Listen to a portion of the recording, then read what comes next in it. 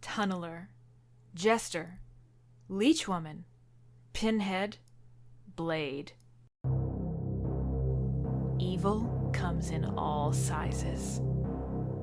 On this episode of The Devil's Workshop, it's David Schmoeller's Puppetmaster.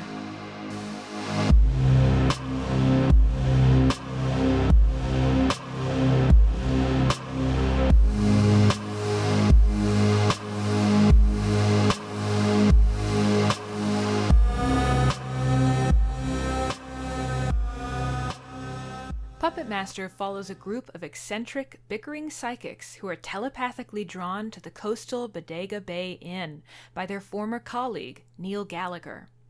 Upon arrival, they are shocked to find that Neil has apparently just died.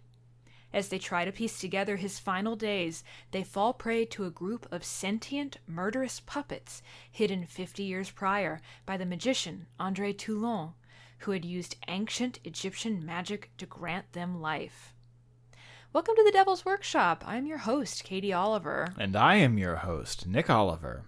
It feels like it's been a while since we've recorded one of these things. Yes, well, it has, but as far as our beloved audience is concerned, it's been 2 weeks. Yes, of course. So nothing's changed for them. Yeah, of course it has. Yes.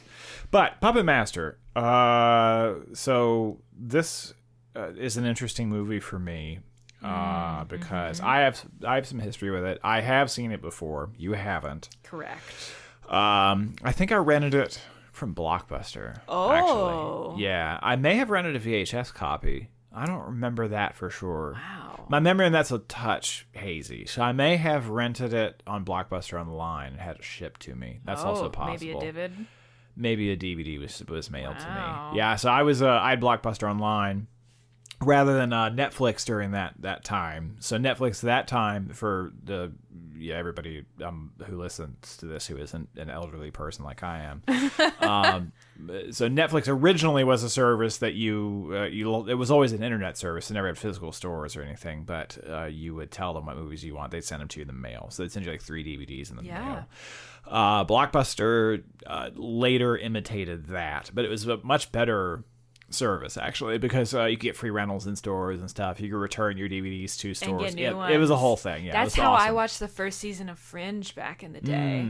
We would get like a handful of DVDs and then just drive them back to the store. But I remember this specifically as a rental because it was obscure, right? So I think it probably was Blockbuster Online is how I got it because there was no way I would have found this in a store in 2003 or whatever Surely this was. not. But the reason I knew about it was because my father once came home with a DVD that he got, God knows, with Sam's Club or something, right? Just the random places he used to get DVDs back in the day. I don't know, FYE. Probably pulled it out of a mall. magazine. I don't remember for sure where this came from. I don't know. Probably never knew. But there was this DVD that had I can't remember the name of it now, like the Fright Down Countdown or some ridiculous thing, right? But it was a compilation of horror scenes from famous horror movies, slashers mostly.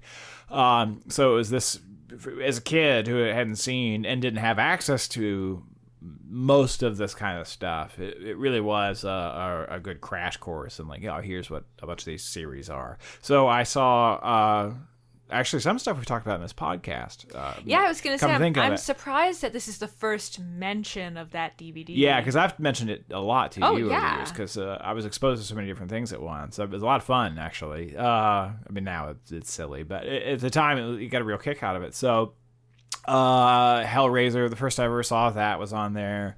Nightmare on Elm Street, the scene where Tina's killed and where they did the practical rotating room, or the filmed upside down, that whole thing. That's probably still my favorite kill sequence in a horror movie, actually. It's that scene from Nightmare on Elm Street. Leprechaun, that was the Pogo murder and with the shop owner that was on there. But this movie, Puppetmaster, was in that. So like 15 movies, a whole bunch of some not so great and some obscure and some very well known, but Puppetmaster is in there. It really stood out because what they showed was the end of the movie. which out of context, you have no idea what the hell you're looking at, yeah. of course, because it's just a guy being killed by puppets. There's not any real information being given in that scene. But it made me think, wow, Puppet Master looks awesome. Mm-hmm. Puppet Master looks so great. Little did you know. Yeah, so that sequence is so excessive. What I later learned was the end of the movie, right? It's so excessive and so violent, and they really went all out for that. Oh, yeah. Give me the wrong impression of what the movie really is, but... They probably made that scene because they knew that one day they would be on the DVD. Maybe. But it made me curious, and I rented it, and of course I was like, oh, well, yeah. I was let down because the rest of the movie can't support the end sequence. Sorry, you were let down by Puppet Master? but not as much as I might have been. Oh. I think Puppet Master there's some stuff to redeem it here. So for a movie that's about killer puppets, right? Mm-hmm. I mean, this movie's gonna be crap, right? I mean, everybody knows. It's to be trash. But I mean, that said, I thought Monkey Shines was gonna be trash, right? Mm-hmm. And then I made a fool of myself. Like Monkey Shines is awesome, yeah. But it's a movie about a fucking killer monkey. Like, how good could it possibly be? Mm-hmm. Well, apparently, very good. Joke's on you, idiot. Right. But so Puppet Master, we're not in Monkey Shines territory, no. Definitely. But I think there's praise to be given to this stupid movie about killer dolls, right? I think it has there's something to be said for it. It punches above its weight. Yeah. Oh yeah. As you've already said, I don't this is my first time seeing this movie. I don't have any prior history with it, though it did evoke a certain period of my life, back to me. Back when you played with puppets. Of course, in my puppeteering years. Mm-hmm. But I was reminded of kind of also being all the puppeteering jobs have dried up. Oh, I can't even tell you how dry. No, but I was reminded of being a teenager, like you kind of talked about, going to, this is gonna date me, going to Family Video with my dad and grabbing 1 million DVDs because they were so cheap to rent, mm-hmm. and just plowing through stacks of shitty slasher movies as a means of familiarizing myself with the genre. This movie feels like something I should have watched at that age, and it feels a lot like the things that I was watching at that age. Yeah, well, this might actually be the first direct-to-video movie we've discussed on the show. Oh, do you think? I would have to refer to the list. But yeah, this is direct to video. Yeah. They did consider releasing this in theaters, and it's theatrical quality, but it has such a direct to video quality about it. This is something that you go looking for this. You want to see the big VHS poster, the big display on that, the cool art, and you grab it and then take it home. It just has that way about it. So they specifically issued a theatrical release. It is that. It's that kind of movie where you're just pounding a bunch of horror movies on the weekend. Yeah, I'm eating a box of Junior Mints. I'm at home alone. It's storming outside. It's too hot, and I am texting on my QWERTY keyboard. And I am watching this movie. This movie that came out in 1989. Well, I'm not talking about it's your version of I'm not talking on my rotary telephone. I'm not that old, but I'm coming to it in the late aughts, I guess, or the early 2010s. That feels like that's what it should have been. Yeah, I like this movie. Yeah, I do too. Look, it's dumb, okay? But it's not stupid, and I think there are real ideas and real talent on display. And it also has, remember how when we talked about Brightburn and stuff, I was like, this is just not a movie that appeals to me. But Puppet Master has a lot of individual appeal to me. And I can't wait to talk about why. Well, then, what do you say we jump right in? Let's get freaking into it.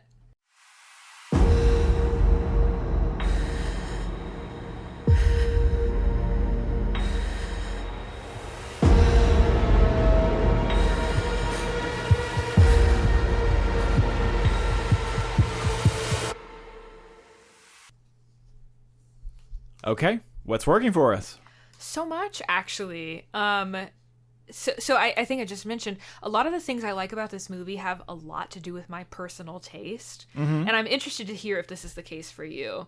But like I would say that, you know, listener, for you, your mileage with this movie is going to vary depending on the kinds of stories, genre conventions, imagery, etc. that you respond to. And like, obviously that's true for any movie that you watch. I just feel that there's a certain kind of like former weird kid who's really going to appreciate this, and a certain kind of horror movie fan who's going to be like, fuck, this is boring. You know what I'm saying?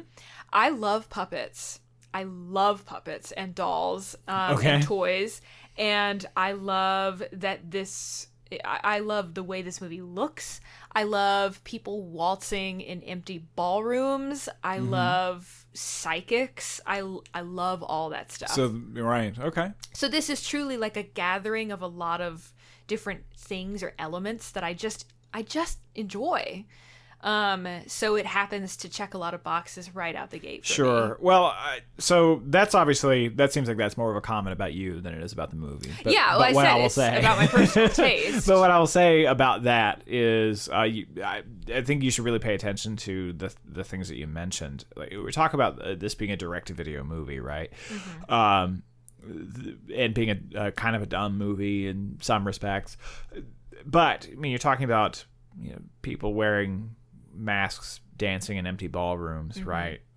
Which is a recurring dream sequence that happens in this movie. Like a dumb direct-to-video slasher movie doesn't have those things as a rule, right? You know, so what those tend to be is a series of non-events, or you'll have people wander around the woods, and then somebody jumps out from behind a tree and gets them. That's what those kinds of movies are. There's not much in the way of atmosphere. The characters don't stand out. All these things. It's usually a low effort affair, right? And this is not that. No. Yeah, it really isn't. No, I mean, anything that uses any kind of stop motion or puppeteering automatically add 1 million hours. Yeah, the stop motion looks great. It looks really good. Yeah. By 1989, that was really on the way out. I mean, occasionally, but I think the puppets look great. I think the puppet designs are all great. Yeah. Especially, Blade, who is modeled after the actor Klaus Kinski. I love that fact. Which is a fun fact. So the director worked with the actor Klaus Kinski on a project before this. Klaus Kinski was famous for working with Werner Herzog. And if you don't know who these people are, Google them. But Werner Herzog is a German sort of very severe auteur director, lots of very grim point of view on the world. And Klaus Kinski was his chief creative partner. He was like his lead actor in a lot of his most lauded movies. Yeah. But he's also like a complete monster, a total maniac. Yeah, he's an insane person to be around. So there's lots of stories of them filming in really severe conditions in like South America, and tribal people coming up to Werner Herzog and offering to kill him. There are so many stories of like people being like, yeah, in that day I seriously thought about murdering lots Klaus of stories Kinski. About attempting or wanting to. It's a whole thing. Anyways, it was such a monster that the lead, to the extent that there is a lead puppet, Blade is probably it. That puppet was modeled to look like him, which is a great fact. So that makes him look distinct, because Klaus Kinski is a strange looking man. He is very angular in the face, very very specter-like, very phantasmal. He looks more like a puppet than he does a person, really. So, but that's a great look. Jester, I think that the spinning head thing with his expressions changing is a great idea. I mean, he doesn't really do anything in the movie except give emotional reactions to stuff. Yeah, he just gives the puppets. We do appreciate the need for a character like that, because the puppets, their faces don't really change. Having a doll or a puppet whose face can change to emote is actually pretty useful. Well, and like puppets, just through their bodies and the way that they're maneuvered and manipulated, are quite emotive and expressive, even if it's just through body language. So to have one that has this more articulate face, who can it really plays with your sense of the life of the puppets and stuff. I love it. And my favorite, Leech Woman. Who even comes up with something like that? It's so bizarre. I hope and pray that someday I come up with something on the level of Leech Woman. Yeah. I love her. Yeah. She's far and away the best puppet. And so she doesn't, she's kind of like, her design is fairly indistinct, but I suppose she's slightly sexualized, like maybe more than a Barbie is, but like, I mean, she's down. She's pretty lady. Yeah. I guess. Yeah, but like sensual lady. Yeah, I mean, I guess I go to that just because when you first are introduced to her, she is standing in for a female sex partner. Yeah. But she slowly barfs leeches onto her victims, which I guess like drain them of blood. They're like ultra leeches or something. But it's so slow and horrible when she does it, because she comes up and you see her like struggling to barf the them. Throat contorting. It's the whole thing. It's so repulsive. She's an amazing idea. To do that. Who even think? I get okay, you got a puppet who has knives for hands. All right, fine. Sure. It's not that creative, right? But that's something else. Like, I really appreciate the idea of her. I also think I wasn't sure how I felt about him at first, but I've really come around on Pinhead as well, because it allows the puppeteer's arms to stand in for the puppet's arms, and they're so expressive. And just the design it's simple, but it's striking. Sure. Like, so it's a puppet with huge arms and torso, but like a tiny little head. Yeah. He grew on me. Sure. He was kind of like a surprise fave for me, but they all are really good looking puppets. Yeah. And I love, I promise I'm not going to be obnoxious about this, but there's this theorist, Mikhail Bakhtin, who came up with this idea of like the carnival-esque that merges, like, I mean, think of it like a circus or a carnival. It merges like the beautiful with the playful, with the grotesque, with the shocking. Like, it's this space of like really heightened emotion, but also performance and stuff. And like, there's something so carnival-esque about puppets, because you can toss them around, they can do anything, they can look beautiful, they can look disgusting and sinister, they can make you laugh, they can frighten you, like depending on the way they move or the way they're manipulated. And I think there's such a delicious atmosphere to this movie. Like, the puppets bring a real sense of fun, and just add like a ton of energy to this movie that otherwise I don't think would be there, Sure. Another way in which I think this movie stands out, again, when compared to any other direct-to-video slasher movie, I will table some thoughts about our lead characters, our two leads. That's going to be Alex and Megan. But otherwise, the rest of the cast, I think, are all really great. Yeah. All of your secondary characters are all real standouts. I mean, they're types, for sure, and they're exaggerated. But they get the assignment, for sure. Yeah, but they're a lot of fun. I mean, there's a lot of ideas on display here. Just that somebody sat down and like, okay, let's create some distinct characters for this. Again, almost anything else you're going to have. Who is this character? Oh, they're a cheerleader. Or they're a camp counselor. They're whatever. Yeah, they're just going to walk around. There's not enough about them that even warrants explaining. It's just about a series of people moving from place to place who die. They have woods to woods. Right. Yeah, I mean, that's what most of these movies are. Yeah. These characters are really rather distinct. They're all nuts. Yeah. They're very exaggerated. I think, like, because of that, they match the energy of the puppets. Like, I mean, if you think about it, puppets have, like, ultra bodies, right? Like, there's the puppet body, but there's also the body within the body that moves them and pilots them around. A psychic is like that, except instead of ultra body, they're ultra mind, so their minds are functioning on levels that, like, the ordinary human brain can't. So, like, it feels like it's like a battle being waged between these really heightened extreme forces.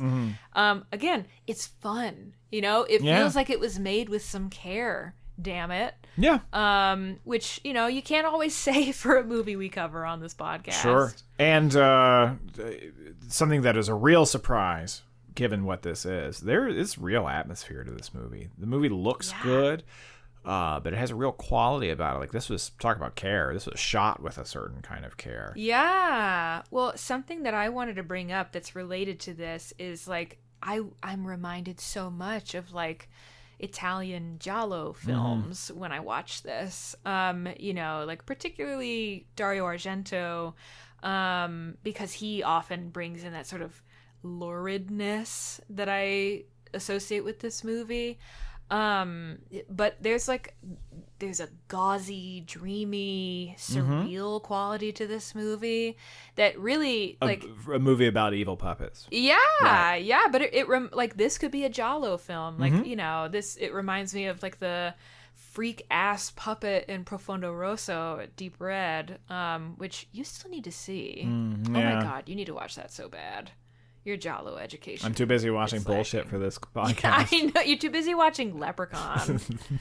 But yeah, this, you know, and I don't think it perfectly executes the giallo sensibility, but I think it does well for itself. Yeah, you know, that's one thing about, I mean, obviously we'll get to the revision and we'll talk about what our goals are with that, but I'm not, in my revision, I wasn't trying to make it particularly elevated. I kind of like the movie being what it is, because it's so far beyond what it ought to be that I didn't set out to make it, okay, let's make it just a real theatrical horror movie that's going to be elevated. Like, I just kind of wasn't especially interested in that. But man, this movie's punching above its weight. Yes, it is. Yeah. Yeah, it really is. And, like, I really enjoyed my time working with this one. Which I don't always. Yeah. You know? I mean, I tend to enjoy, like, period horror movies, mystery horror, and anything with a strong sense of atmosphere. Anything that just feels, like, careless and loveless, it really turns me off. Just artistically. So I'm glad that we got to just, like, play around with this one. And speaking of the giallo thing, the final death sequence. Oh my god! So again, I've obviously spent a fair amount of time talking about that already because of my first experience with this movie, seeing that final death sequence on the compilation DVD. Yeah. Holy moly! It's so great. It's so great. It really does. It's worth the cost of admission. Oh yeah. The end of this movie. It's so excessive, and it just goes on and on. So our lead villain, who is dead through most of the movie, right? He shows up and I was alive, kind of. And he turns against the puppets turn against him, and they kill him slowly. He's trapped in an elevator and he's trying to get away, and the puppets all gang up on him and kill him all at once. Yeah. And it just goes on and on. Because the puppets are like, I don't have to be anywhere until 3 p.m., so we can really take our time. It's so excessive, and it just keeps going. But the whole thing is, it's so strange, and but it's not gratuitous, because this guy has died and has been resurrected. So he doesn't, they don't actually say this, so you can extrapolate this. I might not be right, but he bleeds like yellow embalming liquid. fluid. I assumed it was probably embalming fluid. But it made me think of Phantasm. Like Phantasm. Yeah. So it doesn't become gratuitous, despite that this poor guy is just like suffering for like 10 minutes being killed by these puppets slowly, and they all get their little moment where they do something. You know, like one of them, it's the camera moves so slowly as the tunneler puppet like walks up and his drill turns on slowly, and the guy's like, no. It just kneels down to get ready to kill him, and then the leech woman shows up. He's like, no, fuck. It's really exceptional. Well, and meanwhile, like, there are, human onlookers who are like freaking out. Oh God. Yeah, he's like banging on the old timey elevator, like the gate that you pull, banging on that, and it's rattling, and Megan's there, she's crying. I mean, there's an excess stimulus happening. Of course, all these things that are taking place at once, but it's No, I mean it's melodrama, like it's puppet theater. Seriously, I mean it's exaggerated, out of proportion. Yeah. So great. And like the character, the villain, he's such an asshole that you're kind of okay with. Yeah. I mean, it's like, it's nasty. I like him a lot, actually. Yeah, because he shows great. up and he gives this dumb speech at the end, but he's so like dramatic and ridiculous in the way that there's a big villain reveal. He seems like he should belong in Star Trek: The Next Generation or something. Oh my god! And showing up at the end, yes. like, Picard, I got you. It gives, but it's so up and Thespy, Yeah, it's patently ridiculous, but in a way that feels confined to 80s television for the most part. So he's so hammy. He's great. I enjoy him a lot. Everyone seems like they're having fun in this movie. Not everyone, but most of them. Most of them, yeah. I hope they had fun making this movie. I hope they had I fun. expect it was probably a drag, because if you're waiting around for puppets and stop motion stuff, I think that would probably be pretty tiresome. I don't know that, but yeah. I'm trying to. Okay. This is a random thing, but I love just the trope of the like you see it in Clue and Then There Were None, like the murder mystery trope of a group of supposed strangers gathering in a remote location and there being like a death. Mm-hmm. I just like that feels very like classic. That feels like 1930s like Agatha Christie mystery to me. Yeah. Is something where like when that happens in a movie or a story, I'm like, oh, I'm in good hands, baby. Someone's gonna take care of me. Yeah, it's a weird movie in that respect. Like the way that the script is put together is a little strange because it is a mystery story, except there's really no mystery, right? There's not. It has some problems, I think, that are owed to its structure. If you have a movie like I don't know, what's the Agatha Christie, not Death on the Nile, I guess Murder that is on the one. Orient Express. Murder on the Orient Express. So what's happened? There's a murder versus Evil Puppets, the movie. Like that's the mystery. There are evil puppets. That is the mystery. There's no mystery element to that. Whereas with murder somewhere, who did it? Why? That's the mystery element. Who done it? Who done it? Yeah. Right. So it is structured in an Agatha Christie way, for instance. That's very classic mystery, the story stuff. But the movie gets a little weird because it is orienting itself as if it's going to be a mystery, but there really isn't one to be had. It's a quasi mystery because there's still like, what is going on with Neil Gallagher's corpse? Like, why does he keep moving? Are the puppets doing it? When are they gonna find out about the puppets? But it's like it's not a full on mystery, but I still enjoy like that's I wouldn't call that a mystery elements. They're strange, inexplicable elements. Sure. Yeah. But nobody solves anything. But you have psychics who come somewhere with their psychic powers, and you think you're going to have them use their psychic powers to solve the mystery somehow. I mean, you're anticipating that, which never really happens. They're just a bunch of catty bitches. Right. They're more interested in like drinking wine and like banging each other than actually figuring out what happened. Which is hilarious. I think we already we've left one foot in the what's working section, but we've made a step into what's not working here. I think it's time to do a full pivot as though we were waltzing in an empty ballroom. Okay. Well, what's not working for you, dear? Not enough puppets. Okay, I love them. Where are they? Okay. I feel like they're in a combined 1 minute of the movie. Yeah, I didn't. I meant to do this actually, but to sit down and say, okay, the puppets. So we get an intro sequence with a fair amount of puppets, right? Mm-hmm. And we meet some, but not all of the puppets. So the company that made this, Empire Pictures, they were like a budget. Did a lot of direct-to-video, lots of movies cheap. What they would do is they'd make a poster or a tagline or a movie, and they'd market that with no movie. Then they wouldn't have one. So Friday the 13th, that was an example of that, not by the same group of people, but that's a famous example of we're investors. We're making this movie. It's called Friday the 13th. And then the investors would just pony out money. Oh, that's a good title for a movie. Let's do it. They had no movie. They didn't have a script. They had nothing. So, and this company that made this Empire Pictures is famous for that kind of shit. So this intro sequence has some of our puppets that we will meet, but not all. We meet Blade. We see some puppets here that we don't see in the rest of the movie.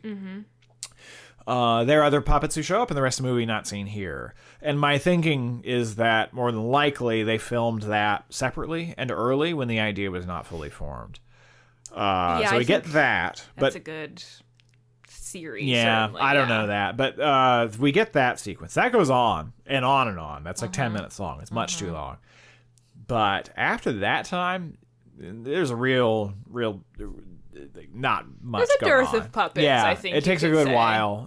Probably about halfway through the movie before we actually see a puppet again. I want to say, too, like, IMDb or something had a piece of trivia that specifically said, like, the puppets appear in X minutes of the movie. I want to say it was, like, 5 minutes. Like, total screen time. That's okay, though, because, I mean, No! they need more. Yeah, we need them sooner.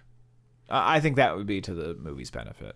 I mean, I like what we do have. I just want to see more of them. And, like, even if they're not doing, like, ridiculously complicated stuff, because I'm sure it was a bitch and a half to film. Yeah. Just, like, having them, like, running around and laughing and playing and doing puppety things. I think that would satisfy me. I also wanted to note on the subject of the puppets, even though the movie seems to be setting Jester up as, like, the special boy, the specialist puppet, because he's the one that Andre Toulon, like, finishes before he dies. He's really not. Like, he barely features in the movie, doesn't do much of anything, just kind of Macaulay Culkin reacts to everything. Yeah. He has a really funny reaction to when Gallagher betrays him.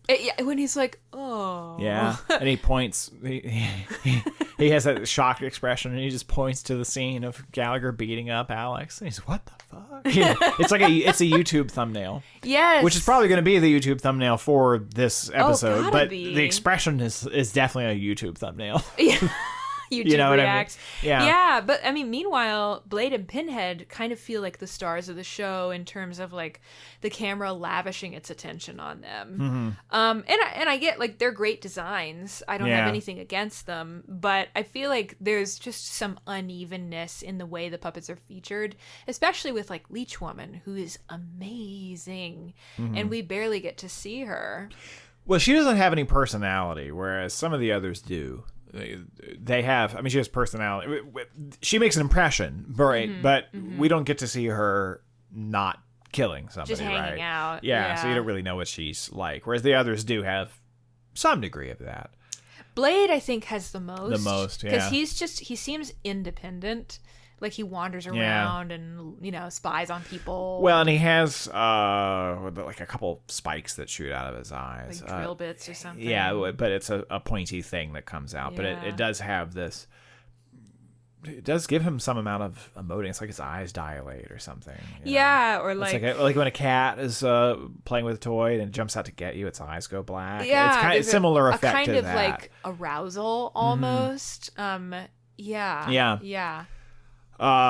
Related to the puppets, so I didn't, in my revision, give us more puppets, but we do miss some opportunities, I think, when it comes to death sequences in the movie. Tell me about it. So we have Teresa, the housekeeper, who is killed via Pinhead beats her with a fireplace poker. Yeah. But the camera pulls away, right? They just didn't film anything for that. So that's dull. And Carissa is kneeling under the bed. She hears that something's in the room, so she kneels down. What's that? And Tunneler charges at her, and you actually see her corpse afterwards. So you see her body is posed, and she's been drilled in the mouth, basically. Yeah, Her mouth is kind of completely obliterated, and there's no teeth left or anything.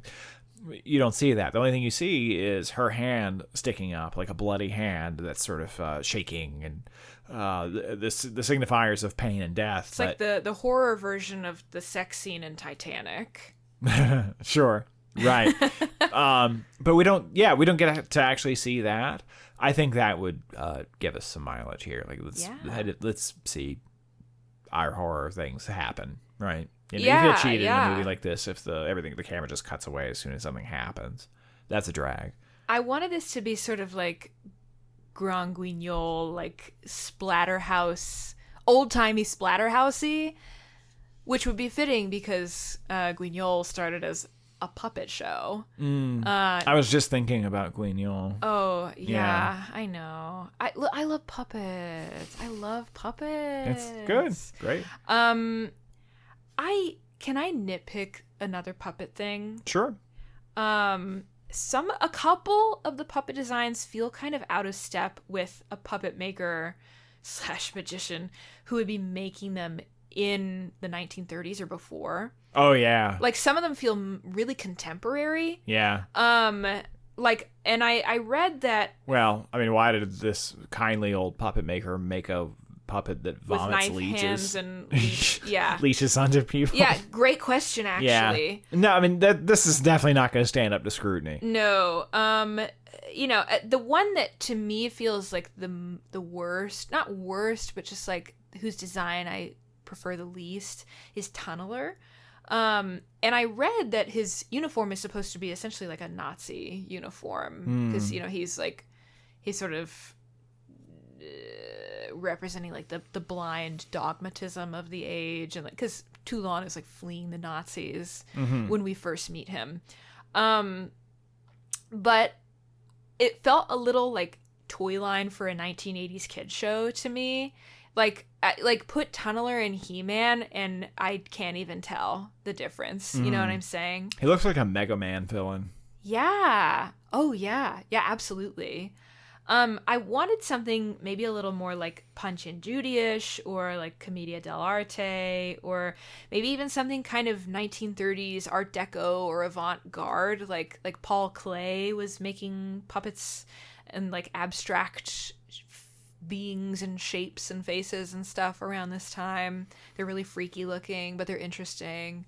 But I mean, you could do a lot with that sort of first half of the 20th century, not aesthetic because there are so many different looks that are coming together at this time, but something a little more European, a little more old-fashioned feeling. And again, they're not bad designs, they just felt a little out of step. I like his design personally. The reason I like his design is because he looks to me like he was another puppet that was painted over. Oh, sure. So his eyes are there. He has a round, like bulging, not bulging like his in a bad way, but he has like a round, convex eye sockets. But they've been painted over, and then little slits were painted in instead. Like so, he has sort of just a strange. He's look definitely about him. Weird and interesting. Yeah, he's for weird sure. looking. I think, but yeah, I definitely had the question like, why is this nice old man making? Yeah, these. That's all freaks? gibberish. Yeah, that's which I didn't. Yeah, there's no fixing that. I don't think that's not solvable, but I'm willing to give the movie that much ground, given the kind of movie that this is. Yeah, there's no reason for. I mean, he looks like a grandpa. If you really want to think about it, I'm sure you could come up with an idea. I mean, maybe the puppets they take on the shape of their master. Depending on who their master is, they morph or something. You could come up with something, I guess, if we really wanted to, but. It's just, this is the kind of contrivance I do think you have to give the movie. Oh, yeah. It's not a major sin for me. It's just something that was on my mind as we were watching. Yeah. I've got more to say, but I'm curious because I feel like I've been talking for forever. What do you think? Well, our two leads, I think, are duds. Paul LeMat as Alex. That's a half-hearted performance. To me, he does seem like he's phoning it in. I mean, he seems tired. He's so sleepy. Well, I mean, that is kind of his character's thing, is that he does go to sleep to dream. But, he's bland, especially when the others are so interesting and strange. Vivid. Yeah, they're very vivid characters. Yeah. But I like them quite a lot. Again, they're so exaggerated, whereas he's just kind of a flat guy. He doesn't show that much in the way of personality. He's not a particularly commanding or charismatic actor. He probably was the closest thing to a name that this movie had. He was in American Graffiti, I think. I've never seen that. Nor I. I haven't seen anything with him in it that I know of. But if you're a film fan in the 70s, you might have known who this guy was, right? Well, I wasn't that, right? So I don't know his work. This, I think, is not especially a credit to him. What I do like is that I like the casting of him in physical terms. I like that our lead character is kind of a stiff, doughy guy. A little schlubby. Yeah, he's schlubby. Sure. He's a somewhat nebbish academic. He's a Yale professor. I like that element to him. What I don't like about him, especially, though, is that he's not proactive. Our lead character, doesn't need to be in this movie to affect its plot in any way. He doesn't actually do anything. Yeah. That's a problem. Yeah, he's very reactive, and he keeps having all these freaky dreams and waking up and being like, "Oh, that was weird. Yeah. Better go do exactly what I was doing before." Right. He doesn't actually solve anything. He doesn't do anything. Doesn't protect anyone. No, he's Doesn't just go there. after Neil. Right. So we need our lead character to be active, at least somewhat. That's a problem that this movie kind of has, because this is a slasher movie, right? So a lot of slasher movies will have that issue where they're just moving from place to place and the killer jumps out and gets them. This movie does have that quality about it, and that they're in their room, they don't know what's happening, and then puppets go from room to room and kill them. So they have no idea what is going on until a puppet shows up. Like, oh, that's weird. Oh God, it's alive, it's killing me. Right? That's the movie. Yeah. This is as far as they experience it. So that's an issue both to this character and the movie in general. He's not proactive. He's just a witness to the plot happening.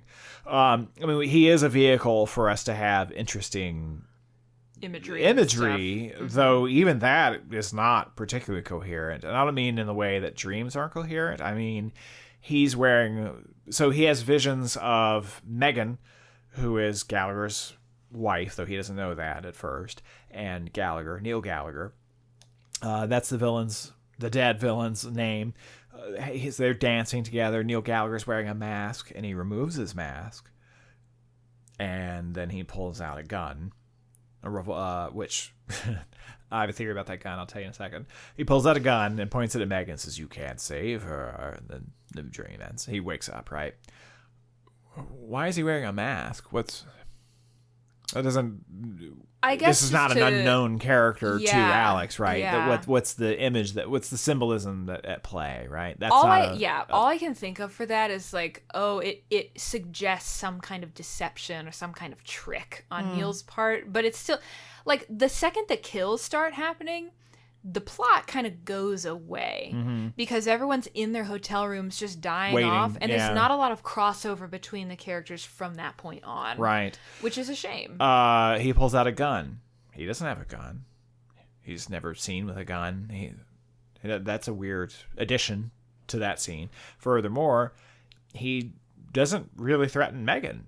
That's not an important thing to him. He seems like he's there to kill the psychics. I don't think he gives a fig. He doesn't seem Megan. to really care about her at all. Yeah, he cares about the other characters. That's who he wants to kill. Yeah, sure. So everything about it's not, that part of it is not well considered. So both Alex as a character and essentially everything around him doesn't work. My theory about the gun is that we have this opening sequence where the Nazis show up and they're chasing after Andre Toulon, and they want to get the puppets, so they want to get the secret to magic. I think they just had some old timey guns. They just had a gun. Yeah, I think that's what it is. Yeah, because the gun, I mean, I'm sure somebody who knows guns, or at least old timey guns, could say, but that prop gun that he has is not a revolver from 1989 or a handgun or Glock or something. He has like an old timey Nazi gun. I think I didn't look closely. I meant to rewatch and confirm, but I bet it's just a leftover prop from the Nazi sequence earlier on. Or Toulon's gun. That he killed himself with. Probably the same. Yeah. Anyway, so I have problems with that. Megan is just kind of bland. She just doesn't have that much to do. Yeah.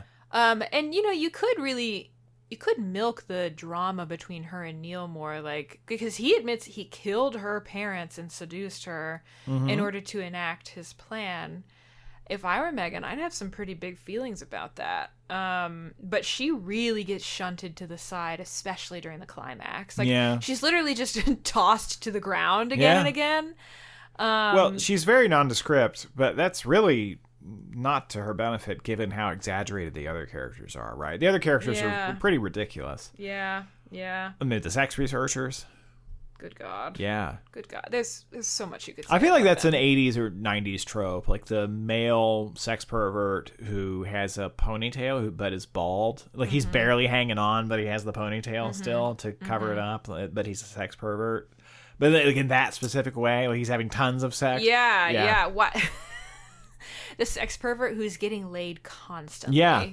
Yeah. But him being that bald while having that ponytail is the shorthand for him being a sex pervert who's having. Like, you see that guy, that or he's a cocaine dealer. Yeah.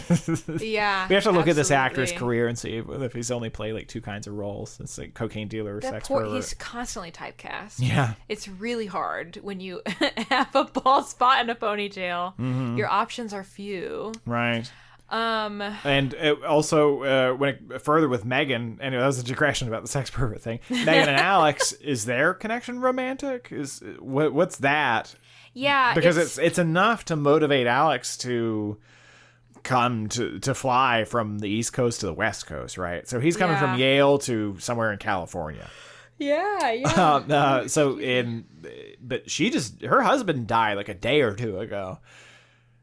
God, was it that fast? That's crazy. Yeah, and in the movie, they don't say exactly when, but... No, but it's quite recent, you're right. Yeah, because his corpse is there and it's been treated, but they wouldn't bury him until the friends came, right? That's the whole thing. So her husband's just dead. So what is their relationship? Is there any kind of a romantic element to that? No, in the end, they just sort of leave I read it as kind of pre-romantic, like maybe if they were to keep spending time together, like it could progress in that direction. And they're like kind and helpful to one another and stuff, but they never really make any moves in particular. So those two, I have a lot of problems with them.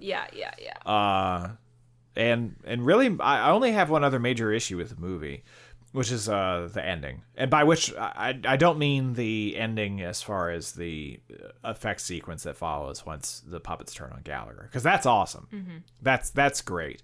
But as soon as they come down the stairs and they see Gallagher, I do have some problems with that. So by the time that happens, everyone's dead except for Alex and Megan and Teresa for some reason. Teresa, the housekeeper, comes back. Just cut that out. That there's absolutely she has no impact on the ending whatsoever. She just shows up holding the poker that she was beaten to death with, being like, and it's never seen again. So I don't know where that was coming from. But Gallagher comes out just in time to make his evil speech, right? Why did he do that? Additionally, the bodies are posed, which that's stylistic, but why? The puppets could have been killing people just this whole time. Like, Gallagher doesn't have to be doing anything at this point. There's no reason for that to happen. So the puppets could have just killed the two of them, and they would have never known what was actually taking place. Which they probably ought to have done that, because Gallagher, though he is risen from the dead, he's not more awesome. I mean, he kind of tells you, implies that he is, but he gets into a fist fight with Alex. So his big thing is like, I'm back from the dead and I'm going to get you. I could sick my army of evil puppets on you. No, I think I'll just beat you up. Right? Which, but Alex is not like a big, brawny, tough guy. He's like a soft, doughy academic, right? Yeah. And Alex kind of gets the better of him at times in their fist fight, right? Yeah. So he fights back. Yeah. And Gallagher seems to not like getting beaten up. He says, like, oh, it would take the total destruction of this body, which you, Alex, cannot do. But he's kind of doing it. Yeah, well, he's fighting. I mean, he's losing ultimately, I think, in that fight. But Alex holds his own as best as he can, and knocks him on his ass a few times. He doesn't seem to like getting punched. He seems to have a sense of pain. Well, that's weird, because earlier in the movie, Dana takes a pin and stabs his corpse. I noted that, yeah. So, well, that doesn't make sense. So does he have a sense of pain, or does he not? Okay, well, maybe he was dead then, but he came back later. Okay, so I don't. When did that happen? Was that on a timer? It raises questions, right? To be sure. So there's puzzlement around that. So was he moving himself around, or were the puppets posing his body before? Like, when did he come to? Was he conscious just the whole time? It is funny to imagine that he was conscious the whole time, and when Dana stabbed him with a pin, he was like, like just trying to hold it in. Yeah. So there's also the mention that, again, the thing about the body having to be destroyed. Well, the puppets don't actually do that to him. I mean, the puppets kill him, but he seems to hold out against the puppets for as long as I would if I were in the same boat. Yeah, he's not like totally obliterated. No. They I don't know. Right.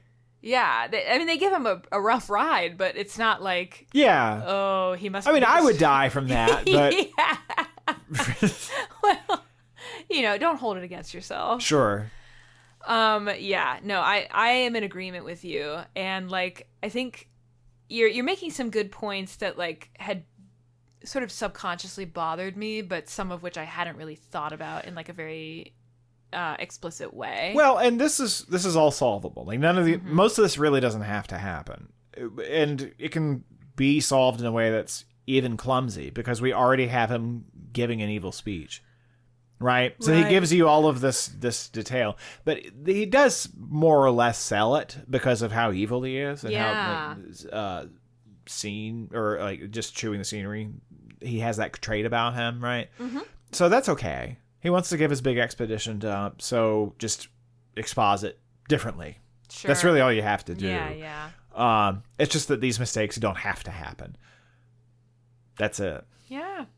Yeah, it's, on like an atmosphere and like design level, it's working so well. It's, as you keep saying, it's punching above its weight.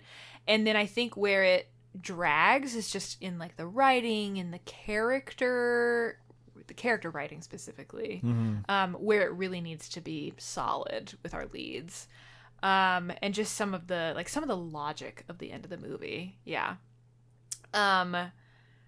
absolutely. Well, and I wanted to say too, like, as much as I love its earnest attempt at evoking like the giallo feeling, I think it's a little ineptly done at times, like, because to me the thing that, like, when I think of giallo films, I think of like dreaminess but also terror and dread. Like, I find that sort of design ethos to be really scary because it really relies on ramping up tension constantly. But a lot of the kills in this movie, I won't say all of them, but a lot of them feel fairly conventional and fairly like light touch, like the camera cutting away before anything happens, or like right as something happens, or us seeing like the aftermath of a murder rather than like the math. And I think that weakens things. I'm sure at least some of that had to do with the difficulty of shooting with puppets. So, it giveth and it taketh away. Right. But I also felt like the hotel setting was just a touch wasted, because you have this beautiful, set designed to be like the Bodega Bay Inn, and you see some hotel rooms, you see some hallways, you see like a dining room, but I wanted to be like up in the guts of that hotel constantly. Yeah, well, the dining room is the ballroom. Right. From the dream. Right. Because it's recontextualized. You think it's the dining room, and then, which I like that touch, actually. Sure. That you've been there the whole time and you don't realize it. Yeah. It does show you how far movie making magic can take you. So, yeah, they come downstairs and realize that's what that is. I like that touch a lot. Yeah, but the hallways, all the rooms are shot exactly the same way. Right. And they like... To the extent that I think they had one hallway, and they're changing the orientation number. or something. I think they're changing the number plate on the door each time they wanted it to be somebody else's room. And, like, even though it was a historic inn, a lot of the rooms, like the hotel rooms themselves, like, looked like any old motel room to me. They were just very conventional looking. They didn't have any special features to distinguish them. There's like a one like hallway bathroom thing in the sex pervert room that is kind of neat, but like other than that, just architecturally, it's not as interesting as I want it to be for where they have chosen to set the movie. Sure. Especially when it's a movie set in a confined location. You know, you want to really squeeze all the juice out of that. Because that makes it distinct, you know? But yeah, I think that's the gist of what I wanted to talk about. Yeah. Anything else we should say? Well, I mean, for me, I just need to go speak to this fortune teller about my job prospects. Don't worry. She seems pretty trustworthy. But then I think I'll be back with my revision. Yeah, okay. Well, I actually need to take a quick break just to waltz stiffly around an empty ballroom with a masked man, but then I will be back with my revision.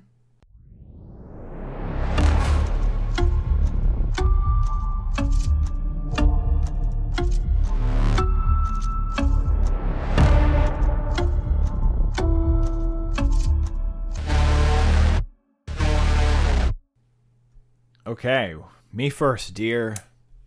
You ready? Yeah. Alrighty, I am too. So, I did make one major change, which is where we're starting. So, we actually start with Alex, where he's sleeping in the office at Yale. He has his nightmare.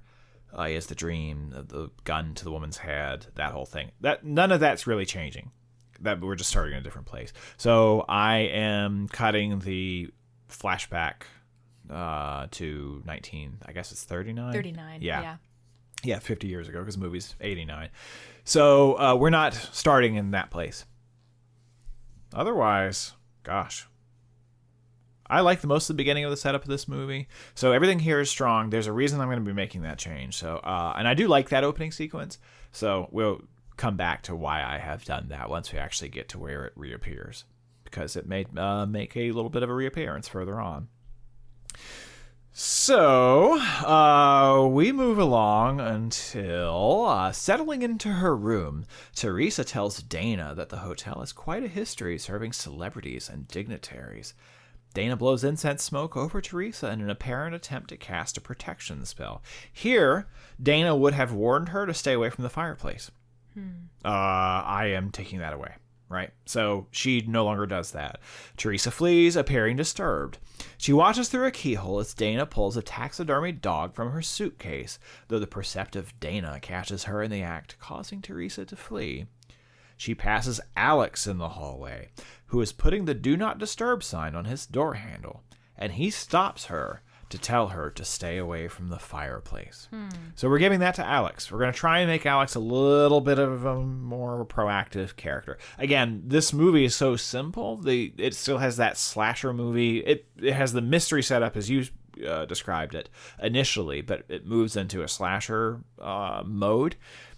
So there's not that many opportunities to do very much with him, but we're going to do what we can.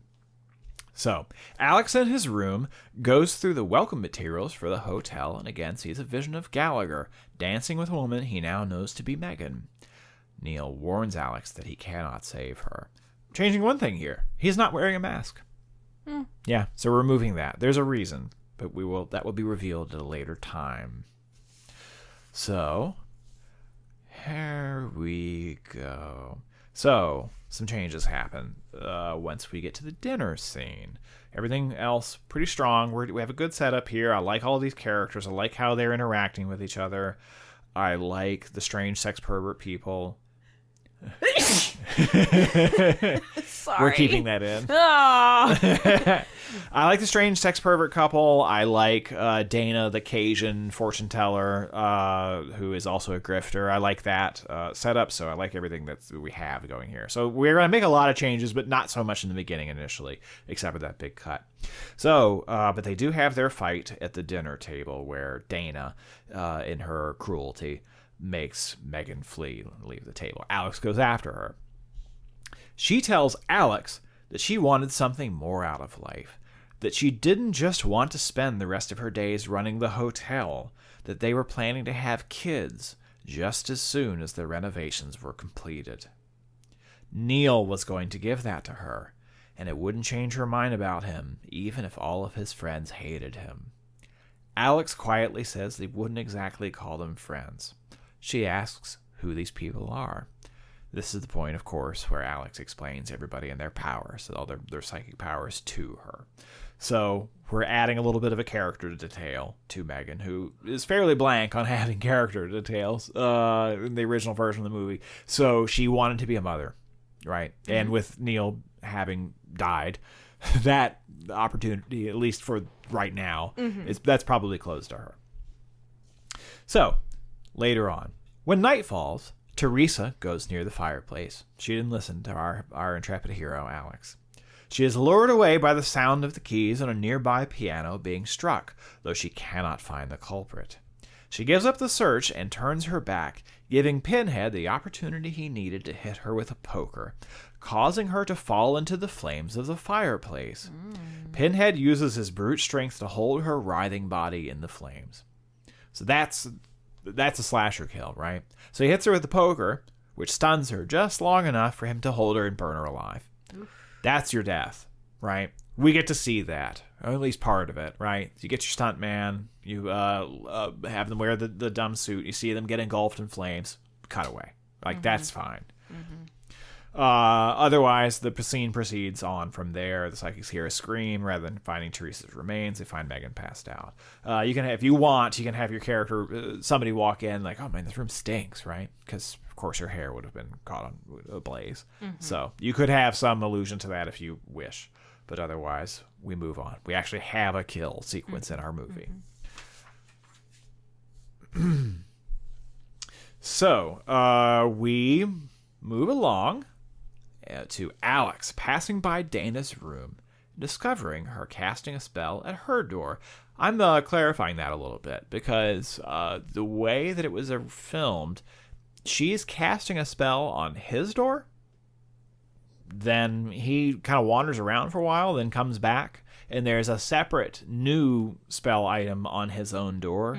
And so, like, what is he doing? Why is this guy just wandering around the same set of hallways in this hotel, like in the rooms, right? He's just walking in circles. Yeah, he's kind of walking in circles, just giving her opportunities to do more and more stuff to his door for some reason.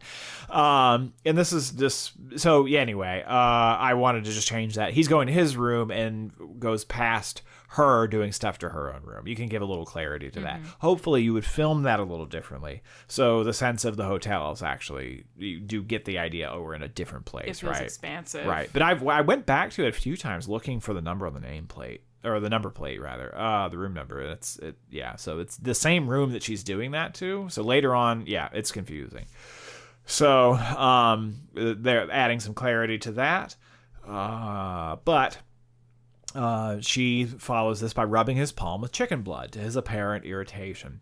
She warns him that Gallagher has brought them there to kill them.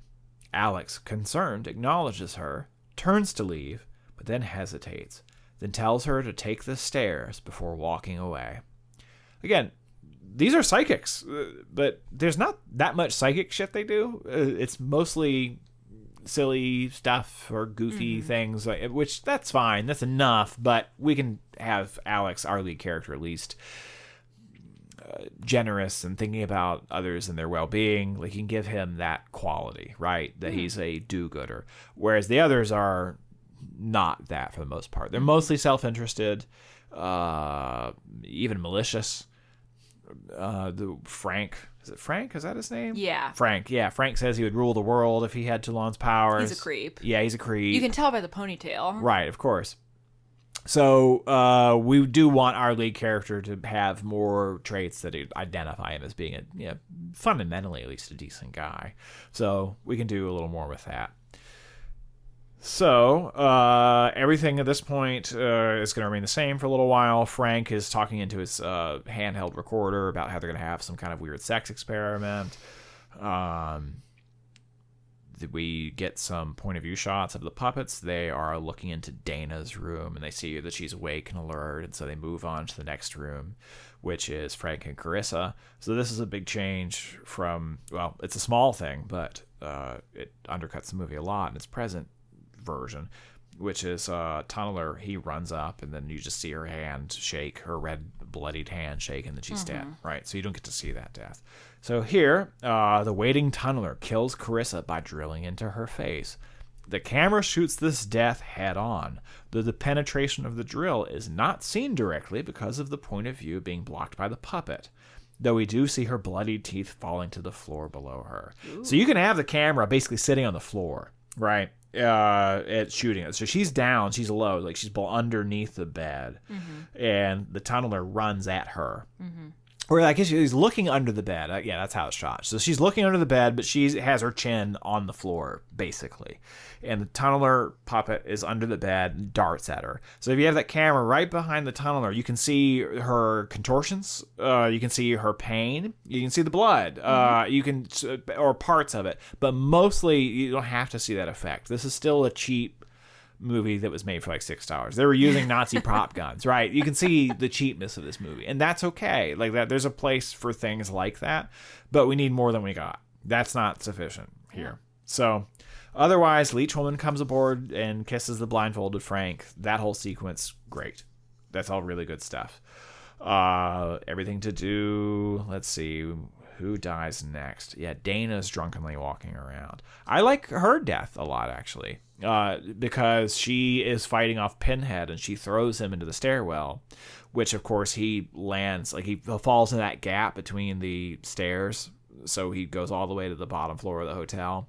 And she crawls in the elevator like, oh, I'm not knowing that, right? She just throws him. And she throws him just perfect to where he winds up landing on the bottom floor of the hotel. Crawls in the elevator. Oh, thank God. I'm safe, right? Goes to the bottom floor. There he is waiting for her. Like, I think that's amusing. That he was screwed over by just random chance. It also establishes that Blade likes to jump through the top hatch of the elevator, which is what he does to kill Neil Gallagher later on. So I like all of that stuff. But yeah, a lot more of the changes. Everything here has been minor notes, really, up to this point. So here's where it's really going to start happening. Megan knocks on Alex's door, waking him and saying that she has something to show him. They head to the closed section of the hotel. She removes a padlock and enters a finished ballroom, the one from Alex's dreams, and begins dancing with Neil, who again warns Alex that he cannot save her, removing his human face as if it were a mask and revealing a doll-like face underneath, like a second mask, pulling a gun on Megan.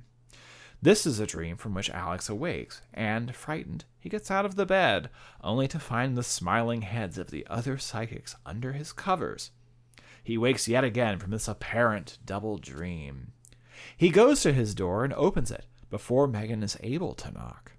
That's a change, a little different there. He knows she's coming, right? As opposed to just replaying the same series of events.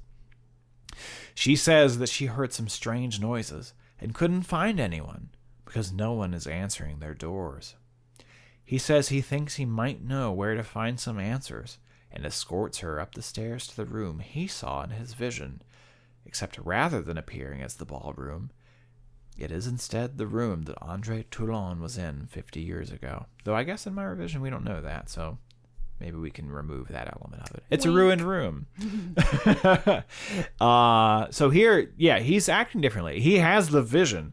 He's not just being escorted up there by Megan again. He had a vision of going up to that room and is using his psychic powers to now take Megan up there, who doesn't know to go up to this room. Looking around, Megan discovers Andre Toulon's diary, from which he reads that he indeed possessed the secret of bringing life to inanimate objects, such as puppets, to life. That's repeating myself here. Toulon explains that the puppets mirror the soul of their master, and that he fears what they could do if they served another. Alex takes the diary and concentrates on it, experiencing a vision.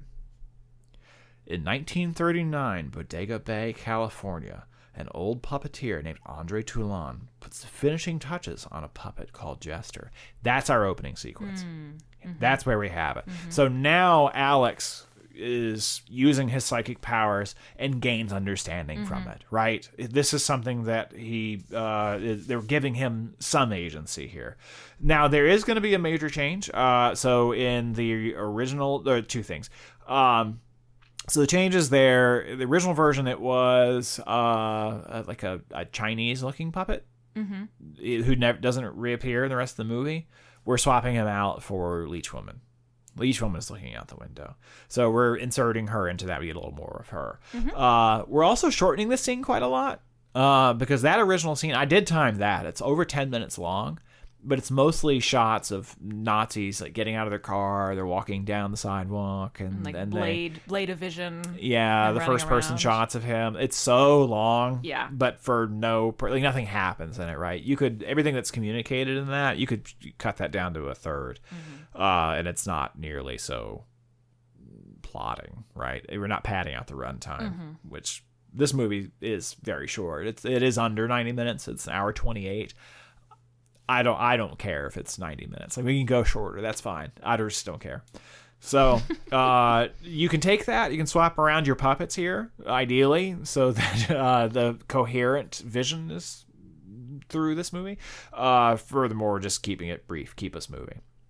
So then, Alex jolts back to the present day. Disoriented, he tells Megan that they were in this room, that he found them. Megan, confused, asks him what he's talking about, but he hesitates and says that they're not cruel, to treat them with kindness. Again, Megan asks him what he's talking about, but he says he better show her and that he thinks he knows where to look. So originally at this point, he just has another vision. Oh, they're in the dining room. They go down there. So we can actually give him a little more here. So they go downstairs to find the dead bodies of the psychics seated around the dining room table. They are stopped by the apparently resurrected Neil, along with the puppets.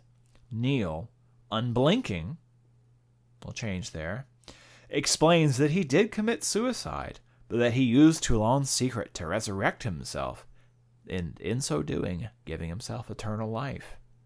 He moves strangely, inhaling before each sentence, but otherwise appearing not to breathe. Alex realizes that Gallagher had to die for the immortality to work, because his body had to be inanimate. Gallagher gives a sinister smile and compliments Alex, saying that he is quick on the uptake. So, yeah, Gallagher doesn't breathe anymore because he's a puppet. Sure. Effectively. So he's resurrected himself by animating an inanimate thing, much as the puppets themselves were, right? So he's effectively a puppet, right? That's great. Right. That's why we're using the mask imagery. So he's revealing the human face, and he's a doll underneath. That's what he is. That's the nature of him now. So that's the change that we're making to him. He explains that the group of them are joined in their thoughts, and that one of them would have learned the secret he was unwilling to share, so they had to be disposed of. He then tells Megan that he killed her parents and then seduced her to take ownership of the hotel. He insults Alex, calling him the most pathetic of them all, as he is unlike the others, who came purely out of self-interest, but Alex would only be motivated to come if someone else, someone innocent, needed him. Megan. He says that for one as contemptible as Alex, he would dispatch him personally, and throws aside the defenseless Jester to the shock of the other puppets. The pieces of Jester's head fly off, and its body writhes around in its blindness. Megan, feeling a swell of sympathy for the creature, kneels and reassembles it. Its head spins to look at her first with puzzlement, then affection. So, then, Gallagher beats up Alex. Yeah. That's essential. We need that. So he beats up the soft, doughy Alex. We are changing that staging a little bit because Alex mostly holds his own. Like, Neil's probably going to win that fight 60-40. So we need to change that so that Neil is basically completely dominating Alex. Like, I don't want Alex to be successfully defending himself really at all. So that's a change for me. That... How do we move along? So, the duo attempt to flee, but their escape is cut off by locked doors. Cut Teresa. That's all I'm really indicating there. After seeing the attack on one of their own, the puppets revolt against Neil. Pinhead locks him in an elevator, and Neil tosses him to the side in an attempt to escape. Pinhead grabs Neil's leg and snaps it, taking him to the elevator floor, though Neil picks him up and pulls his head off. Before he can resume his escape, Tunneler drills through Neil's Achilles tendon. That's a change. So the snapping of the leg, that's a change. So I do want Neil to have one last attempt, like just be able to muster the force to jump up to the elevator hatch.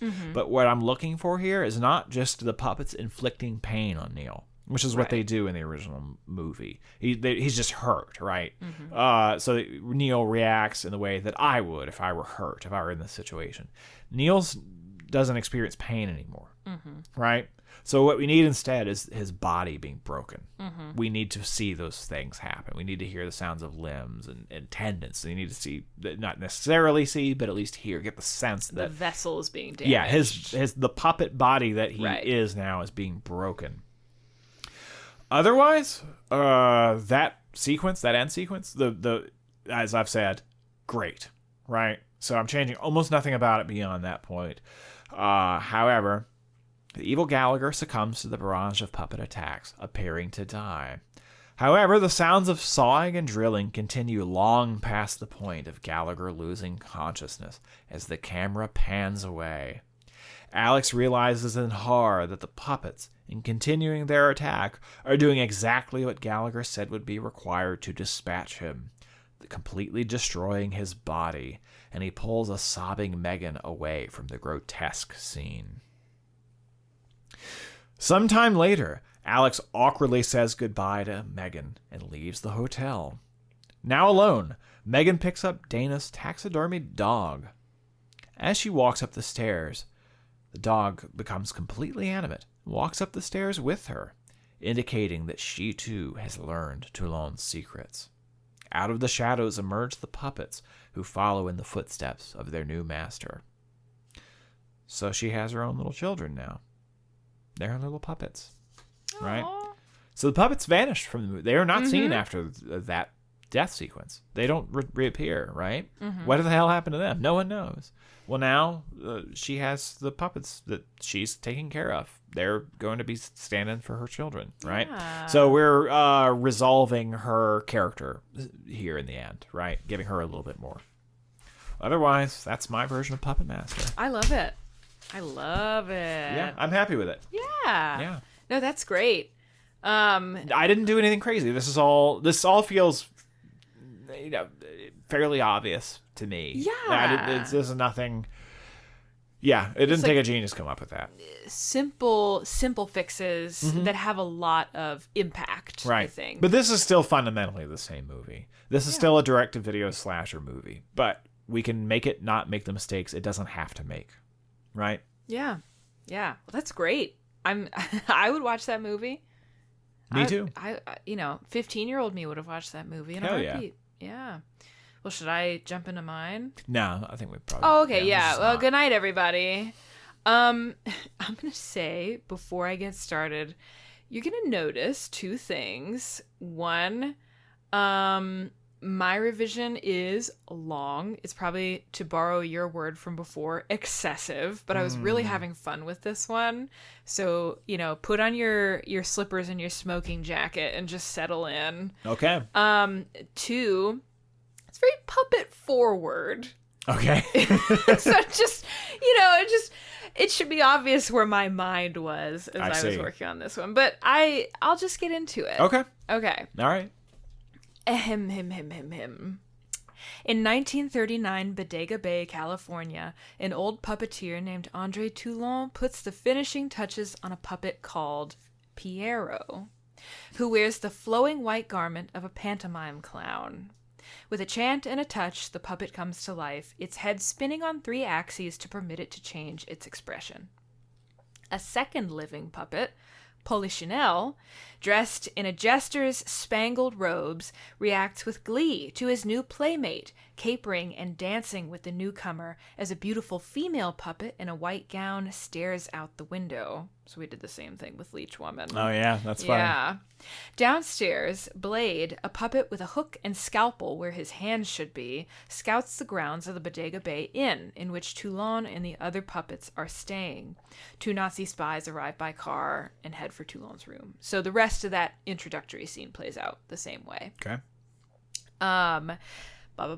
50 years later, a man named Alex is seen sleeping in an office at Yale University. He has a dream of a masked puppet man in a tuxedo putting a toy gun to the head of a puppet woman dressed in a bridal gown. His dream morphs into a new vision. 2 Commedia dell'arte clowns perform acrobatic stunts, leaping off of the massive biceps of a circus strongman. From above, a woman in a flowing white gown balances on a tightrope suspended over a pool of swarming leeches. As Alex watches the performance, entranced, a dark shadow falls over him. A sparkling silver blade plummets towards him, and he wakes in a cold sweat. Elsewhere, at a boardwalk carnival, we are introduced to Dana, a Cajun woman working as a fortune teller, telling a young couple their fortune through a vision from a pack of tarot cards, not a crystal ball. They catch her in a couple lies, but the skilled huckster quickly recovers, leaving her customers satisfied with the news of their lives yet to be. However, after they leave, Dana clutches her throat as she experiences a painful vision of herself, wounded, fleeing an attacker, which reveals her not to be a false psychic after all. When she looks down, the tarot card of the hanged man is crumpled in her left hand. Our introductions to Carissa and Frank are the same. And then the call between Frank and Alex and them talking about like joining up at the Bodega Bay Inn. Okay. The psychics meet at the inn at which Gallagher is staying. Unbeknownst to them, Toulon's puppet Blade watches from the roof of the hotel, walking a precarious path along its steep gables. The psychics meet the hotel's head housekeeper, Teresa, as well as Gallagher's wife, Megan, who wears a golden key on a chain around her neck. The psychics are, surprised that Neil has married. They learn that Neil is dead by suicide. And toying with the key necklace, Megan explains that she didn't know why he did it, but that he left a note saying he wished not to be buried until the group arrived. Megan invites the group to stay in the hotel, apologizing in advance if they find any construction equipment scattered around the rooms left behind after Neil's death, as the renovations were still ongoing. Mm-hmm. Okay, the next little bit is the same. Frank, Carissa, and Dana examine Neil's body, supposedly to pay their respects, but really to see, is he actually dead? Megan escorts Alex to his room. They talk a little bit. And the guests start to settle in up until Teresa sees Dana, messing with a taxidermy dog and runs away. Alex, in his room, goes through the welcome materials for the hotel and sees another vision of Gallagher, no longer a puppet but a man, wearing a mask and dancing with the woman he now knows to be Megan. Neil removes his mask and warns Alex that he cannot save her. While in the elevator, Teresa attempts to make small talk with Frank and Carissa, but no one takes the bait, too lost in thoughts of Neil. So notice no more vision of Neil attacking a woman in the elevator, which, by the way, what was that? What is that moment? Oh, really? I liked that moment. I like it, but what is it? What is it referring to? Who is the woman? Oh, it's just a patron of the hotel Yeah, I guess at one so. time. Just a random lady. Yeah. Well, I have taken that out. There's so much of her, like, oh, Neil's so great. At this point, I liked it. Just Sure. She's just a scumbag. How awful he is. Yeah. Well, hold that thought. Let's see. Once they arrive in their room, Carissa flops on the window seat that looks out over the bay. However, she startles violently when she experiences a vision of Neil pushing an older woman out of the bay window to her death. Carissa jumps up. When Teresa and Frank ask her what's wrong, she describes the vision and asks to be taken to a different room. Teresa tells Frank and Carissa not to say things like that around Megan, as she is already upset over the loss of her husband. Frank assures her they will not, and that they can simply avoid the window seat, though once more, Carissa appears unsettled by Frank's behavior. Okay. As the sun sets, Blade climbs out of Neil's casket. That night at dinner, Megan explains that she inherited the hotel from her parents, who died a few years ago. She says she met Neil when she was a guest at the hotel while he was there working on a project. They got married after her parents died, and Neil oversaw renovations of the hotel, though he apparently did not share with her the details of his work as a psychic. Dana asks Megan questions about their life together that seem at first innocent, but which quickly border on the intrusive. Slightly uncomfortable, Megan asks the group if they have any fond memories of Neil that they are willing to share, as her husband was often a mystery even to her. The psychics share an uncomfortable look. After some of them make a few half-hearted attempts at complimenting Neil's devotion to his work, Frank begins to speak about their deceased colleague. Carissa looks as though she wants to tell Frank to stop, but she remains silent. Frank tactlessly tells Megan that Neil was greedy, cruel, and self-absorbed, causing Megan to get upset and leave the table. Alex reprimands Frank and chases after her, while Dana, bemused by the drama unfolding before her, chugs a glass of wine. When Alex catches up to Megan, he apologizes on behalf of the group and admits that their powers have often made it hard for them to get along well with others. Shyly, Megan admits that part of the reason she got so upset is probably because she knew deep down that Frank was telling the truth. Neil, though affectionate, could sometimes be cold, getting lost in his work for days at a time. Megan then asks Alex about the psychic powers of the people in the group, and Alex obliges her. Carissa can touch an object and see its history, aka she has the power of psychometry.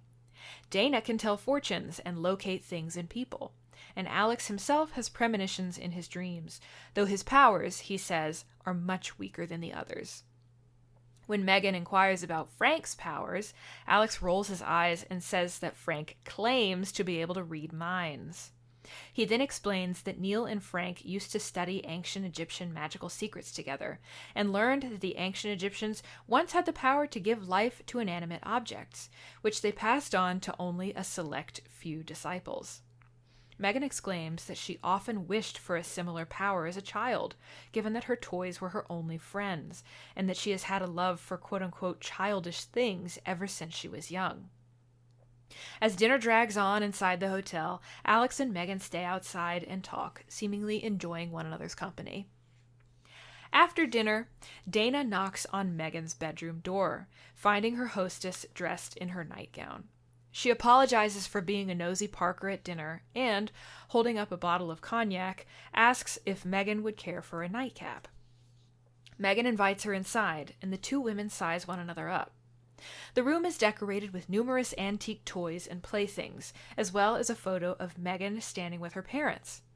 Unbeknownst to Dana, Megan's mother is the same woman Carissa saw Neil defenestrate in her vision. As Megan fetches some glasses, Dana spots 4 puppets sitting in a locked curio cabinet. They immediately pique her interest, but she asks Megan instead about herself as she pours their drinks. Megan says that growing up in an old hotel is the only thing of interest about her. She had a happy, if lonely, childhood, as her parents were always busy, and she was whisked off to boarding school once she started growing up so that there was no chance for mischief with the guests. Then came the blur of college, hospitality and business administration, at which she excelled but had no particular passion for, and then whiling away her 20s behind the reception desk. Her life, Megan says, might as well have been one long dream, one that she only woke up from when Neil asked her to marry him. Dana murmurs to herself that she doubts that was what did the trick, which Megan pretends not to hear. At last, Dana broaches the subject of the puppets. Megan reveals that they were the last things Neil gave her before he died. Dana reacts with interest, asking where he got them. Megan says she does not know, unlocking the curio cabinet and taking each of the puppets down for Dana to examine. She has, however, done a little research on them. One, named Hercule, seems to be the parody of a circus strongman, while Polichinelle and Pierrot are traditional French puppets, perhaps designed as a pair. The sole female puppet is a mystery to her, as is the one with blades for hands, who at this moment appears to be missing. Dana says there is a dense aura of the supernatural hanging about the puppets that feels at once both innocent and sinister. Megan replies that Neil seemed the same way to her. Passing the female puppet back to Megan, Dana says, not unkindly, "You seem like a dear, but you're still living in a dream if you think that man loved you. You and Frank and Carissa, sweet, simple Alex, even little old me, we were all under his spell for a little while. But Neil always screws you eventually. I wonder, do you believe me yet? How silly of me. Of course not."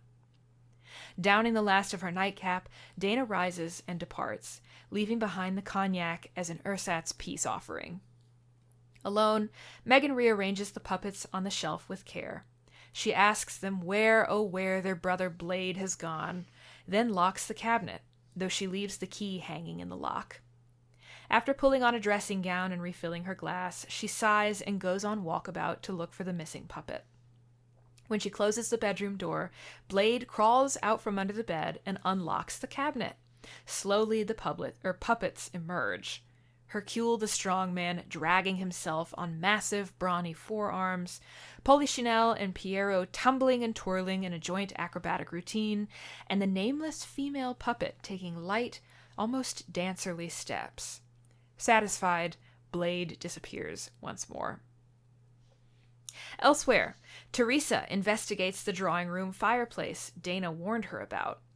She is lured away by the sound of the keys of the nearby piano being struck, though she cannot find the culprit.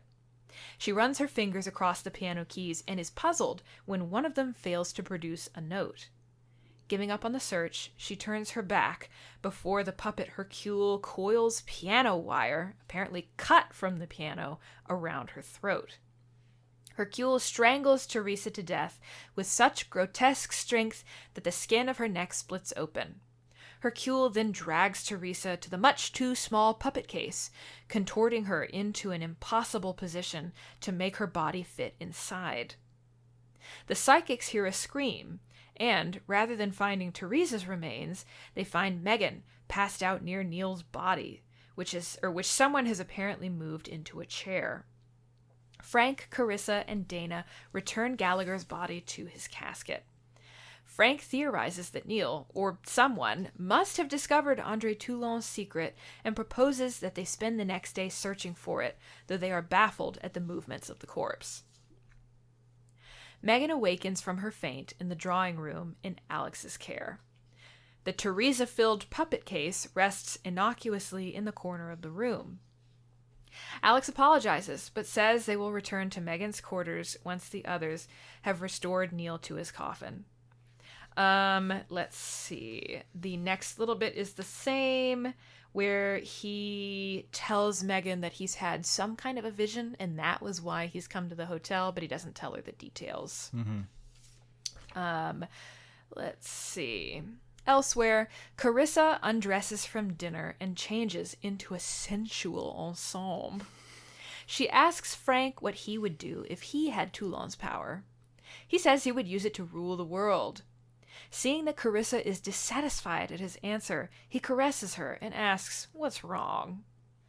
Twisting a pretty tube of red lipstick in her fingers, she exclaims that she never saw the point of anything like that. It was enough to live as a sightseer in a world filled with so many delicious mysteries and sensations. To you, Frank laughs, the world must be one big art museum. No, a movie theater. And you hardly know what's your own life and what belongs to the stars on the silver screen. He pulls her in for a deep kiss, smearing her red lipstick. Alex passes by his room and discovers Dana casting a spell at his door, which she follows by rubbing his palm with chicken blood to his apparent irritation. She warns him that Neil has brought them there to kill them. Alex smiles sadly and says that he thinks Neil has pulled his last prank on them as of tonight. The most dangerous thing I've seen so far, not counting everyone's dreadful manners, Alex jokes, is the hammer I found in the floor of my closet. So the next little bit is the same. Frank initiates the sexual experiment with Carissa. They spend some very special time together, and then Alex returns to his room and finds that Dana has left him a magic candle. Let's see. A puppet is in his room, however, which leaves in pursuit of a different target. This puppet is revealed to be Blade, as he moves a chair to grant himself a high enough perch to peer through the keyhole into Dana's room, observing her to be awake and alert. Blade moves on to the room of Frank and Carissa and notices their intense distraction. He opens the door and lets in 3 more living puppets, Polichinelle, Pierrot, and Leechwoman. After wrapping things up, Frank suggests asking Megan to join in on the fun next time. Carissa, disgruntled, dismounts Frank but leaves him tied up and blindfolded, telling him to cool his jets while she cleans up. Frank protests, saying it's only for scientific purposes, as Megan and Neil had the closest sexual connection in life. Carissa snaps the bathroom door shut. Alone, Carissa bathes, smiling as she sees 100 overlapping visions of people bathing and canoodling in the bathtub. She relaxes into the panoply of visions, which swirl about her as though the other bathers were there in the room with her. She is so distracted that she is startled when she looks up and sees a mysterious female puppet rising from the water and crawling onto her stomach. Dazed, Carissa picks up the puppet and examines her. She experiences a new vision that banishes all the others, that of an achingly beautiful dark-haired woman. The living puppet kisses Carissa, who responds enthusiastically, seeing the newcomer as her human counterpart from the vision, rather than as the puppet. From around the corner, Pierrot and Polichinelle watch with expressions of naughty delight. After an exciting interlude, Carissa begins to choke, spitting up a clump of blood-engorged leeches. The female puppet pulls away and vomits leeches all over Carissa's body, which drain her of her blood. A frightened Carissa expires in the ruby-red bathwater. Leechwoman, her white dress now stained a pale pink, stands perfectly still atop Carissa's chest. Polichinelle and Pierrot cover one another's eyes, their mouths open in exaggerated O's. Emerging then from the bathroom, Polichinelle and Pierrot climb aboard the bed and playfully kiss the blindfolded Frank on each cheek.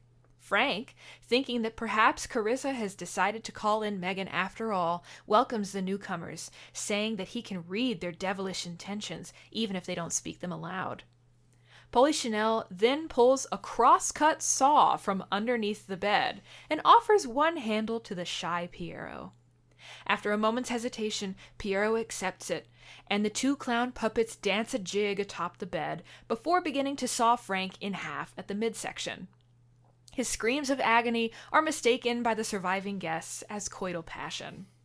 Blade sits motionless atop the television set, watching the proceedings like an impassive Drosselmeyer. So obviously made a lot of changes here, but I wanted to utilize the puppets in a little bit of a different way without giving up on like what made some of those initial scenes so fun and exciting. Meanwhile, Dana drunkenly walks around with her taxidermy dog and runs into a similarly sleepless Alex. She propositions Alex, though he turns her down. Wandering into a lonely part of the hotel, she is shocked to see the looming shadow of a man holding a blade on the wall behind her. She spins around, but sees that it is merely the puppet Blade, seemingly inert, sat in front of a glowing candle. Dana laughs uneasily, muttering that this must be Megan's revenge. She returns to her room and finds the corpse of Gallagher waiting for her. She casts a spell on his remains to dispel his soul, but is then attacked by Hercule, who breaks her ankle.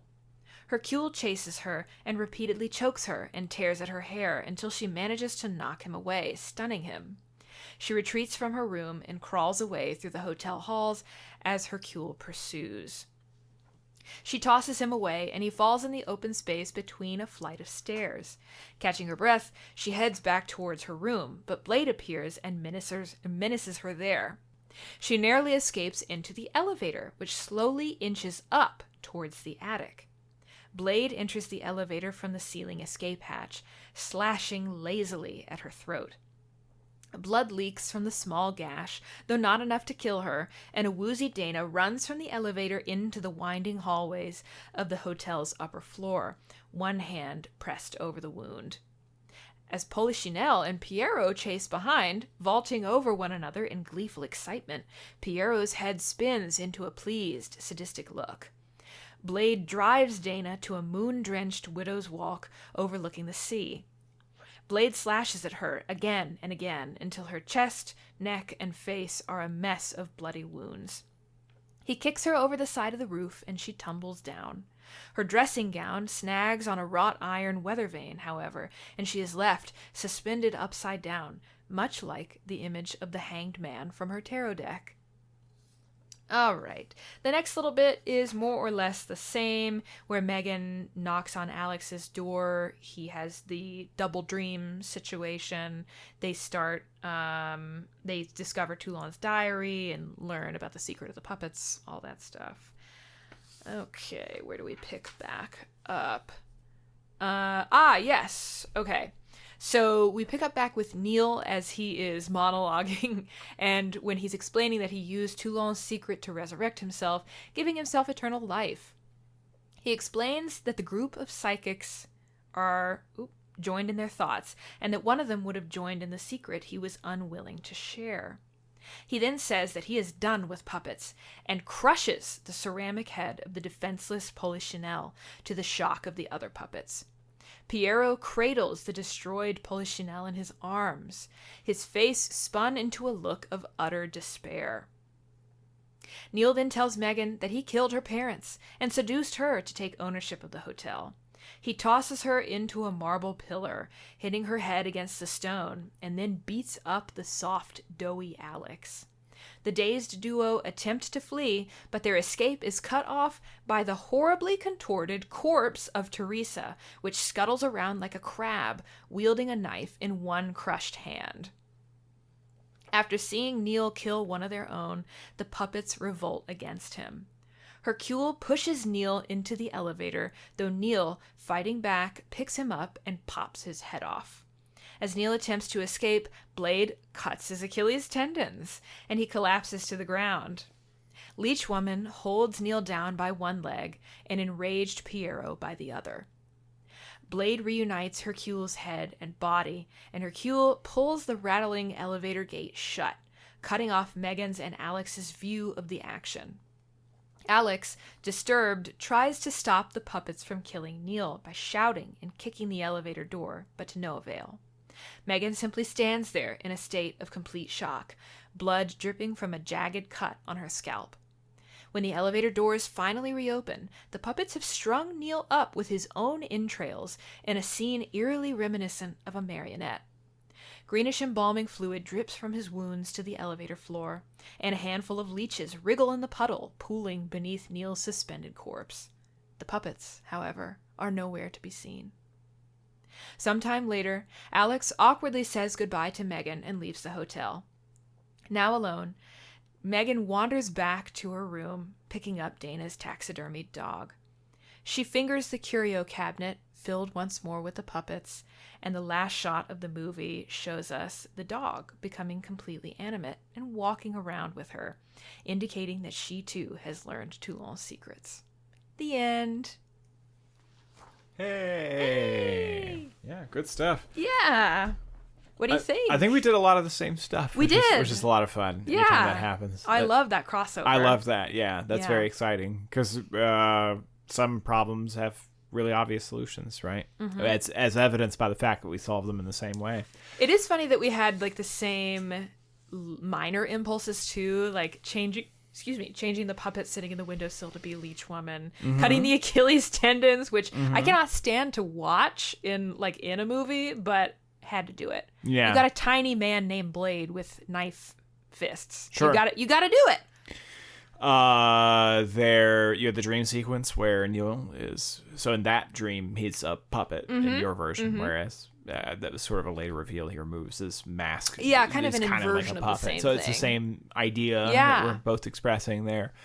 But so a lot of our impulses, like the strange things that we have in common as well here, which is that's fun for me. I always find that very satisfying. I like the change of the puppets being, fucking French, right? Andre Toulon.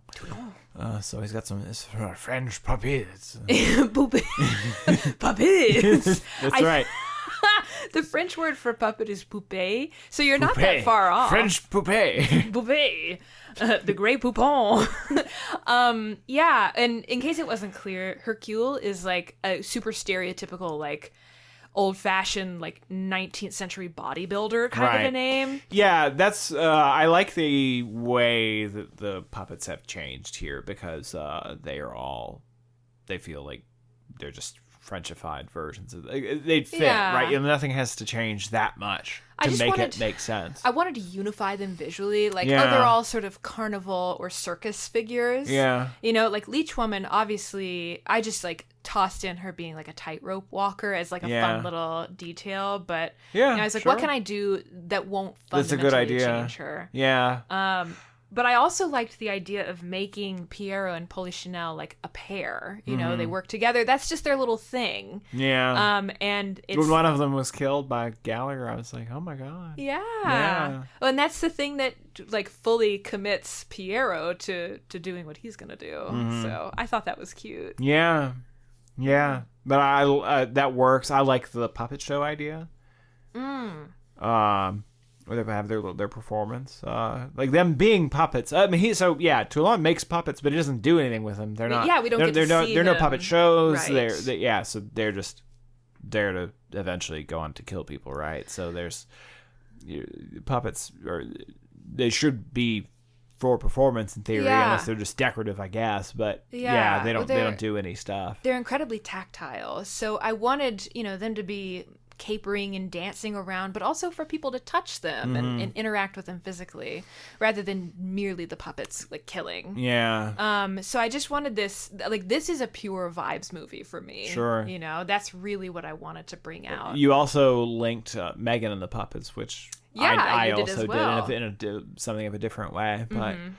So I created for her a maternal instinct to be attracted to the puppets, whereas you just had her liking, like having an affinity for childish things, as she describes it. Because she's a lonely person. Sure. A lonely child, really. Yeah. I thought that would be... you could make a version of Megan who's like a stunted... I think you could change her in a way where she's like a lonely...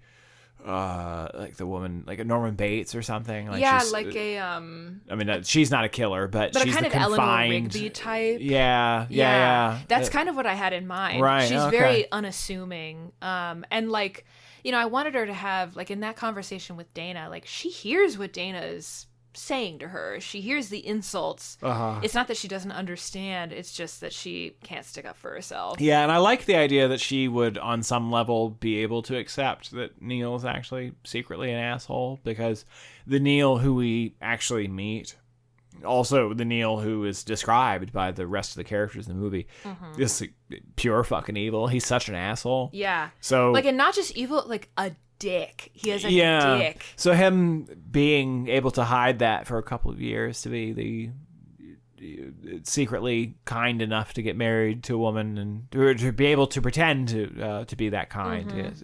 That's questionable, right? So I like that change as well. Yeah. Yeah, I imagined, like, Neil probably thinks he's giving the performance of a lifetime. Right. And, like, maybe Megan's naive, but she's not stupid. She's not worldly, Like, so I'm sure there are times, I mean, if you're with a guy like that, you gotta know, like, that he is not amazing. Like, he's not perfect, right? Like, he's not as good of an actor as he probably thinks he is. Yeah, I think that's all good stuff. I think that if you were to take your changes and throw in my changes with Alex, like, find a way to incorporate that and make him a little more of an active character, like our lead character matter to the story more. Yeah. I think you'd have something. I was just thinking as you were reading your revision, like, I feel like our work combined would make this a hell of a movie. Agreed. Yeah, I mean, yours stands on its own perfectly well, but I liked a lot of the stuff that you did and wish that I had done it too. But I just want to say I'm really proud of Frank's death in this one. Yeah. And I loved, like, the puppets, like, covering each other's eyes and being like, "Oh," like, just being kind of saucy about it. Yeah. I don't know. That tickled the shit out of me. I love puppets. Alrighty, folks. Which revision would you most like to see on screen? What movie would you like to hear us cover next? Let us know at devilsworkshoppod@gmail.com.